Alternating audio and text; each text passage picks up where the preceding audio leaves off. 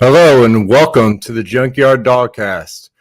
Georgia improves to 2-0 after a 33-0 win over Samford in the home opener in Athens. Plenty to take from this game. Obviously, right off the bat, you got to look at the fact that Georgia was able to come in and get the job done. You kind of look across college football right now, and some teams had some rough outings today. Alabama sneaks by with a win, in their week 2 matchup, where it looked like Texas kind of had plenty of chances to win that football game. Some questionable calls by the refs in that one, and you kind of look across and see Texas A&M losing to App State, Notre Dame losing to Marshall. Georgia fans have to feel pretty good just about the fact that they did not look at their best today and was still able to take care of business and move on to week 3. But some good things to take from this game. I think initially you got to look at the fact that Georgia's defense continues to play at a high level. Sure, you can look at the opponent. You can look at it being an FCS program. This is exactly what Georgia's defense should have looked like.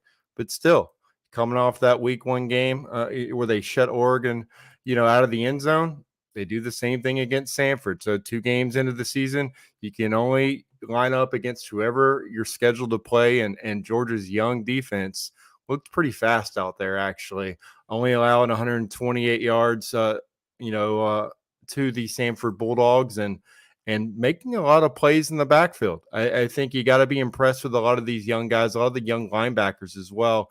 There's some talent and there's some speed on this defense. Smile Munden looked very impressive, made a play in the backfield. Looked to be kind of all over the field. You're mixing in a lot of young guys in this defense and getting some guys reps. It was good to see Tyke Smith, the transfer from West Virginia, starting to get, his feet under him a little bit. He looked really impressive out there as well. So I think, looking across this defense, seeing Dan Jackson out there making plays, seeing Javon Bullard out there making plays, seeing some of these young defensive linemen, especially Michael Williams, getting his first career sack and Georgia's first sack of the season coming from a true freshman. So that, that is very promising for some of these young Bulldogs on this team. But it's not all positive in this game. I'm sure Georgia fans would be the first to admit this was a sloppy showing for Georgia offensively in this game. Stetson Bennett coming off probably the most impressive outing of any quarterback in the country last week, had some throws and some decisions that he would like to take back in this game. Left points on the field. You cannot go into SEC play and go 5 for 13 on 3rd down and expect to play through this schedule undefeated. That is not acceptable. Playing against the Samford team, you should expect to play more efficiently in offense. Some drops out there, some plays where there were concentration issues, both at the line of scrimmage and also on the route running focusing, making the catches. A lot of these wide receivers, again, are still young, just like the defense, but you still expect better out of these guys. But the good news is that for Stetson Bennett, for Kirby Smart, they're going to be able to go to that film room next week. And even coming off a 33-0 win, I don't think Kirby Smart's going to have a problem getting into his team and telling them this is not up to Georgia's standard. And so if you're a Georgia fan coming out this game feeling disappointed that Georgia did not break 50 and did not cover, I think you have to remember that at the end of the year, this game will not matter. It will not be discussed. And at the same time, Kirby Smart has all the motivation he needs now to get into his team and tell them, you read too many press clippings and you guys were looking ahead.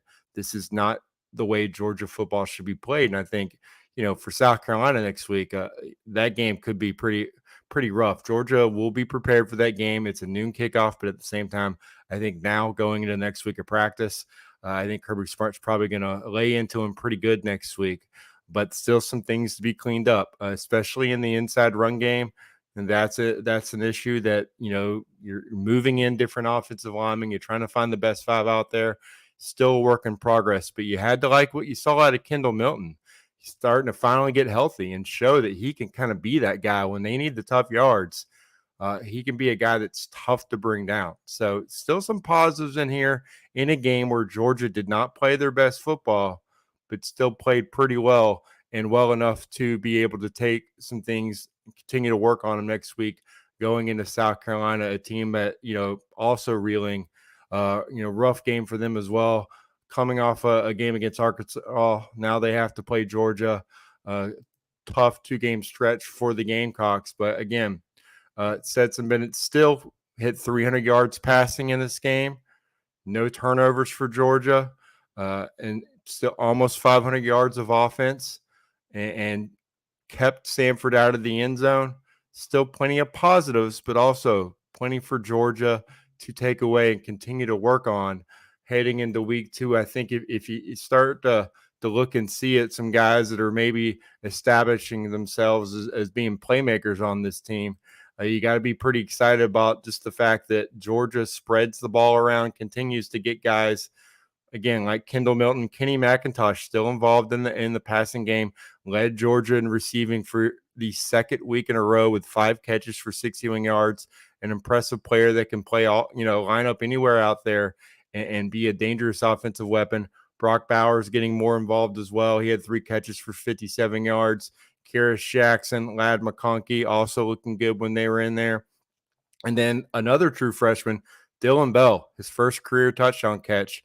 He is a physically impressive pass catcher out there that some people, you look at him, you think that guy looks like he's built like a tight end out there. He's a lot bigger than people think. A guy that Georgia recruited, played a little bit of running back in high school and wide receiver, but obviously very physically impressive. 6'1", 212 pounds as a true freshman. He's got a bright future ahead of him, and it only showed up as 1 catch for 7 yards in the box score, but I'm sure Dominic Blaylock getting back out there on the field and being able to catch a pass, his return after multiple ACL injuries, that's another positive to take away from this as well. Again, the performance, you're not going to see Georgia giving itself a B+ or maybe even a B in this game, but still some positives for some of the younger players in this game to take moving forward. A lot of much valuable experience for these guys. And I think going into South Carolina game, you still got to feel pretty good about where Georgia is overall, because the defense came ready to play. And when the offense is hitting on all cylinders, if you have an elite defense, you're going to have a good chance to win any football game. And I think Georgia's going to have a pretty strong chance of an impressive showing in week 3. Will they be ranked number 1 next week? That's another thing with Alabama barely scraping by against Texas. Could voters be putting this team number 1 even after a performance that, again, Georgia fans might not be thrilled with, but still one of the better performances today in week 2 and moving on 2-0 into SEC play. We'll talk about this all next week on the Junkyard Dawgcast. For this episode, I'm Kipp Adams. You guys take it easy. Go Braves.